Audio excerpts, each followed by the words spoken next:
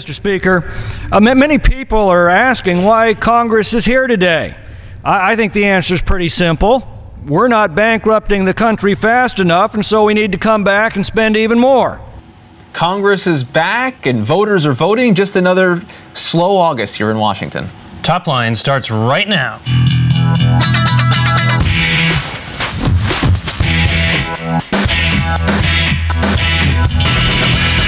Hello and welcome to ABC News Washington Post Top Line. I'm Rick Klein.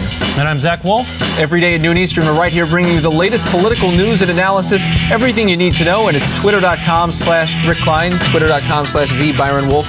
The man sitting next to me, sir, start us off.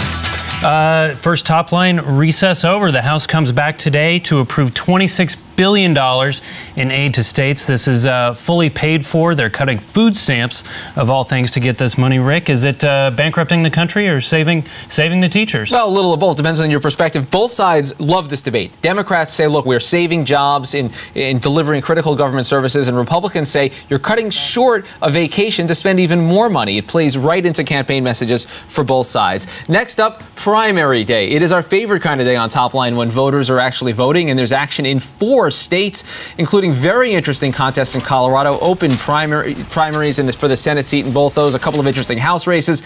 Add into that some Sarah Palin action down in Georgia, working for Karen Handel's gubernatorial campaign, plus Connecticut and the smackdown with Linda McMahon, and we have a busy day all around. Well, we'll learn a lot about this is the biggest day of voting we've had in 2 months, the biggest all summer, and we were going to learn a lot about the Tea Party influence, a lot about the power of endorsements, good lessons all around. Yeah, and Clinton v. Obama, that's what we like to pay attention to here in Washington. I'm not sure that's what the people in Colorado are paying attention to. Next up, it's crazy. Check out this quote from Robert Gibbs. Rick, I hear these people saying he's like George W. Bush. He's talking about President Obama. These people ought to be drug tested. They will only be satisfied when they have Canadian health care, and we've eliminated the Pentagon. That's not reality, and that is not a good way to fire up your base. Mr. Gibbs, Rick, is this what the president thinks, or is his spokesman coming unhinged? This is fairly astounding. I do think privately this is what a lot of folks in the White House do believe.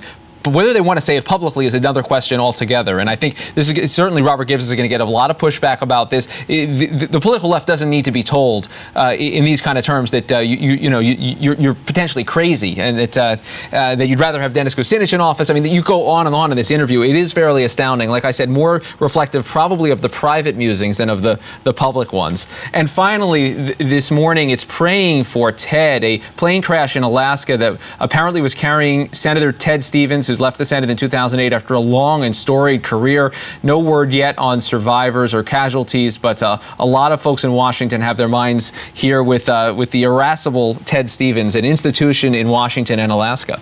That's right. And Mr. Hulk, you remember walking around Capitol Hill with his Hulk tie and his interesting speeches all around. How can you forget it? Well, we begin today on Capitol Hill, where there's a special and unusual one-day session going on. Congressman Mike Pence, Republican of Indiana, is back in town to vote against the bill that will be coming onto the floor later this afternoon. And I want to begin there, Congressman Pence. Democrats say this has the offsets. This is fully paid for. We're making cuts. We're raising some taxes elsewhere. Why isn't this the way to operate in your mind? Why shouldn't you vote yes on this today? Well, look, the American people are fed up with the failed economic policies of this administration and this Congress. Americans overwhelmingly recognize that the stimulus bill has failed, and that bailouts and tax increases are no pathway toward economic prosperity. But here we are, just down the hallway here, about to vote on a massive state bailout, $9 billion in tax increases in the worst economy in 25 years. So we're engaged in this debate. I got to tell you, but right now back in Muncie, Indiana, I'm hosting a job fair. I'm told there's over 600 Hoosiers that have showed up for some 65 employers that are there offering jobs and opportunities. And I know my job is to be here, but I can't help but feel that being there in Indiana, encouraging folks, I'd be making more difference in this economy than voting for one more bailout here in Washington, D.C. Congressman, there in Indiana, the Department of Education says, I think, 3,600 teachers will have their jobs saved by this bill that you're voting on today. What would Republicans do for their jobs if they were in charge? Well, look, I mean, I'm married to a school teacher. My wife spent more than a decade in the public school classroom, so I love teachers. But, you know, teachers, firefighters, policemen are all Americans, and they all know that the economic policies of bailouts and handouts have failed to create jobs. There in Muncie, Indiana, unemployment was 12% a year ago. It's 12% today. And yet, we read a week or so ago, the Secretary of the Treasury said, welcome to the recovery. We continue to hear happy talk from the administration instead of doing what we ought to be doing, and that is making sure taxes don't go up in January, making sure we don't pass a national energy tax in the lame duck session, and doing something to really release the inherent power of this economy and get spending under control. Is saving these teacher jobs a handout? Is that what you're saying? Well, look, this is a state bailout today. I don't think there's any way to put a bow on that. That's what this is. And also, well, let me take issue, Rick, if I can, with the idea this is paid for. Look, if I pay for one bill on one credit card with another credit card, that's not paid for. I'm using borrowed money to to pay for other spending. That's what we're doing here. The Democrats actually are using emergency spending that was borrowed before, in part to do this, and they're raising taxes. I don't think there's been near enough conversation about the fact that they're raising taxes by permanent tax increases to pay for temporary spending and one more bailout. Just didn't what the American people want this Congress to do. Should governors like your governor, Governor Daniels, say no to this money? Well, look, I think every governor is going to make their own decision, and I'll respect whatever decision they make. We believe Congress ought to be taking a completely different approach. We ought to be demonstrating to markets around this country and frankly around the world that we can put our fiscal house in order by making the tough choices today to restore confidence in our capital markets. And secondly, I think we ought to send a deafening signal that not only are we not going to let taxes go up after the first of the year, but we're going to look for policies in the short term and the long term that are going to truly begin to promote growth. We can't borrow and spend and bail our way back to a growing America, and the American people know it. Now, it seems pretty clear you'd like to see the Bush tax cuts extended. It's also pretty clear you're not going to get that choice. Is extending some of the tax cuts better than extending none of the tax cuts?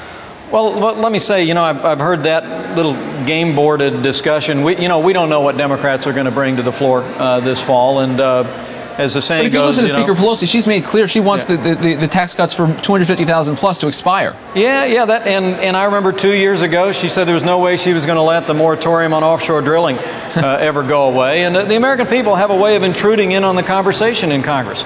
And despite the fact that Speaker Pelosi has yanked everybody back from their town hall meetings, from engaging their constituents, I'm back on a plane this afternoon. I've got a town hall meeting Thursday.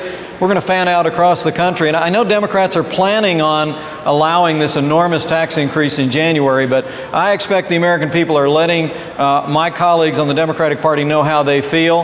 And I have a feeling we still have a fighting chance to at least, at minimum, make sure the taxes don't go up on January 1 for any American. Now, one place they are cutting costs is across the river at the Pentagon. Secretary Gates yesterday talked about cutting the number of contractors by a third.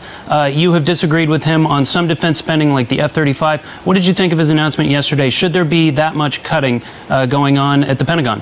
Well, I don't know. I'm very intrigued by what I've read in press accounts about the proposal, and we'll look at it. I'm pretty sure that we haven't done much of it this year, but we appropriate the money here in Congress. They don't do that in the Pentagon. But we welcome their input. We welcome their recommendations.